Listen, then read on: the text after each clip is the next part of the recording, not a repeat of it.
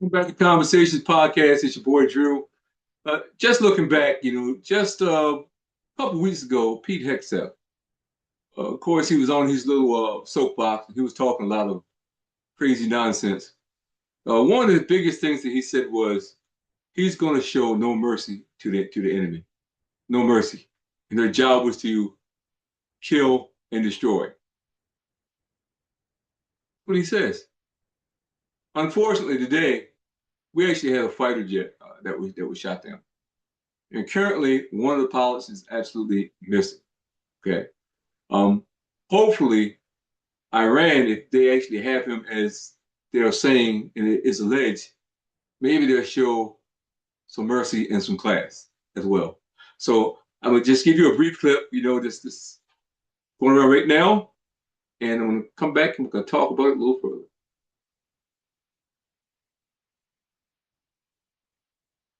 Good evening. Somewhere in the dark of southern Iran right now, an American military aviator is missing in action, and there is a race tonight to locate and recover them before the Iranians can get there first. Those are the stakes after one of the most extraordinary days of this war. It all began with a U.S. F-15E fighter jet like that one on your screen, shot down by Iranian forces, the pilot and a weapons specialist ejecting safely and then evading capture on the ground.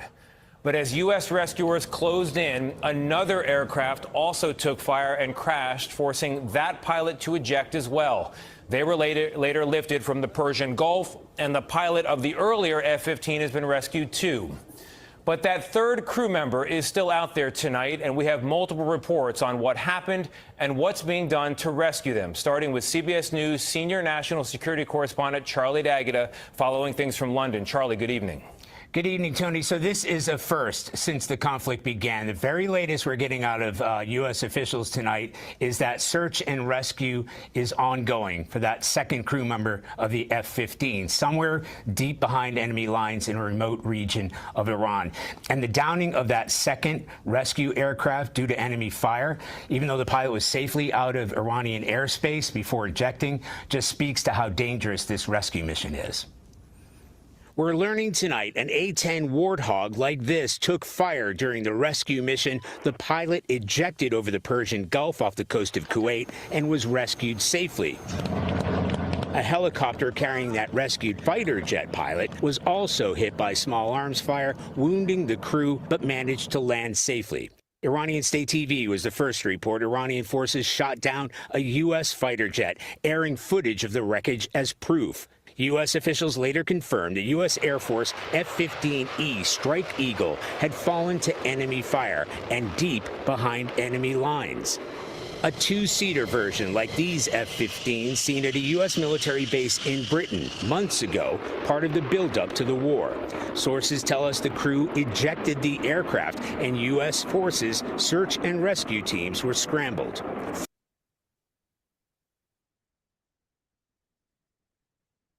This is exactly why you should have people in charge who shouldn't be in charge. Pete Hegseth. That guy needs to go dip his head in a pail of cold water. He just should. You know how dangerous it makes it for our soldiers? The very fact that he'd say that they are showing no mercy, showing no quarters. They're basically saying that anyone that they capture or come in contact with, they're going to kill. Now, I'm pretty sure that the leadership in Iran and all other places throughout the Middle East has heard this coming out of his mouth. That's why some people shouldn't even talk. That's stupid. Why would he do that knowing there's a possibility of our guys getting caught? But this just goes to show to the arrogance of this administration. They believe that they're playing some type of video game or something with these guys' lives. It's absolutely unbelievable. These young men and women putting their bodies and lives in harm's way based on the orders, illegal orders, of this administration. If they lose their lives, that's one thing they can't get back. Their families can't get that back. What they need to understand is when you send these guys to war, their whole family goes to war. The stress, the pressure that's on the family of these men and women who are in harm's way, it's off the charts. But it's a game to them. I listened to President Trump a couple of days ago speak on the fallen, and it's just like, oh, it's part of war. Oh, it's part of war. A war that shouldn't happen. The biggest idiots in the world now are running our military. They're running this country straight into the ground. And I'm going to get all kinds of emails from these MAGA guys, as I always do. I know them. But y'all can kiss off. If y'all love your country, then you would say that your president is wrong. You would say that the whole staff is full of boo-boo. You would say that. It's clear to me that you MAGA people are putting the president over the country. So you're not patriots at all. You love your president more than you love your country. The people is what makes this country great. All assortments of people. There's good and bad in all people. All people. So the nerve and audacity of this administration and just anybody in general to just casually say, it's just part of war, is ridiculous. Demeaning, degrading. Not only is the actions unconstitutional, but in my mind, they fall right on war crimes. We need to stop pretending. Look at the Democrats and the Republicans.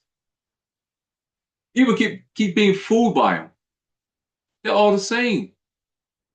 These people get into office and they do whatever they want to do. Whatever.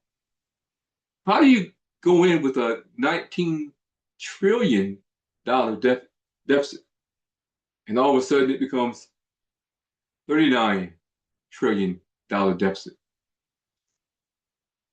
That's just now. It's crazy. This war is taking the people, the taxpayers, or soldiers right to the crapper.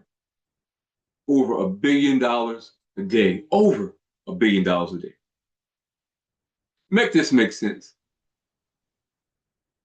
If someone can actually tell me and tell the country why our country's there, so why are we fighting in this so-called war? Were we attacked by Iran? No. I guess in the White House, I guess they have some type of crystal ball that they can just see into the future and say, well, we struck first because Israel attacked them, so that means they're going to attack us, so we need to get them first. How ridiculous does that sound? And we're operating in some ridiculous times right now anyway. The election's coming up. I'd be shocked if any of these Republicans even stayed in their positions. I'd be shocked. But then, if they're voted out, the Democrats are going to come in with some bullshit too. Just like I was looking at earlier about illegal immigrants and reparations, those kinds of things. I saw that earlier. And meanwhile, you have African Americans here who've been complaining and begging and asking for years for reparations for what happened to our ancestors. Yet we continue to pay taxes and don't get anything, but they're going to give illegals reparations. How much sense does that make? So people, we're dealing with basically dumb and dumber. We really are. It doesn't matter who is in office. They're all a bunch of self-serving buttholes. And I'm trying to keep it clean today. But again, going back to this pilot, this downplane. There are rules of war, but once you open the door that you are going to follow those rules of war, what do you think the enemy is going to do?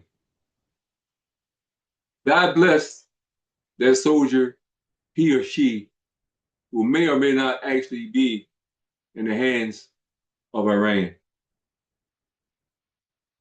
These are things that we should be thinking about. This war now has become a thing of ego. The Trump administration's ego.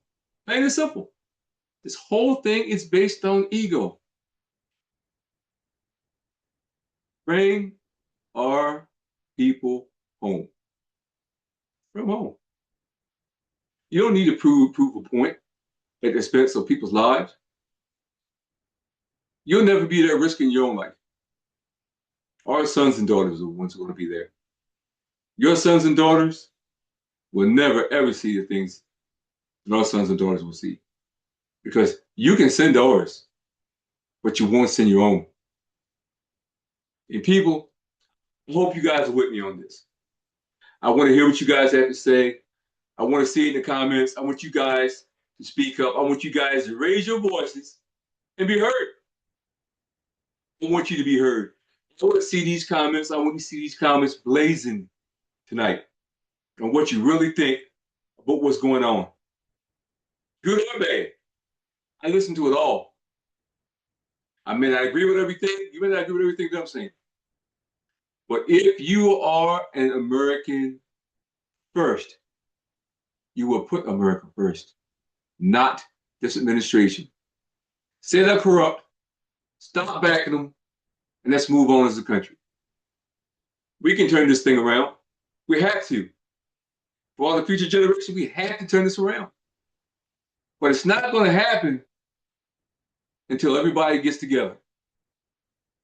Come under one banner for once. Say, hey, look, this is wrong. We're not fighting wars for someone else. We're not dying. We're not sending our kids to die for someone else. For political greed, power, and ego. No longer. People, America, whatever throughout this world, hey, if you're watching this video, put your voice out there. Put your voice out there in the comments. And look, I need you guys to subscribe. Subscribe to Black Alert Radio FTP.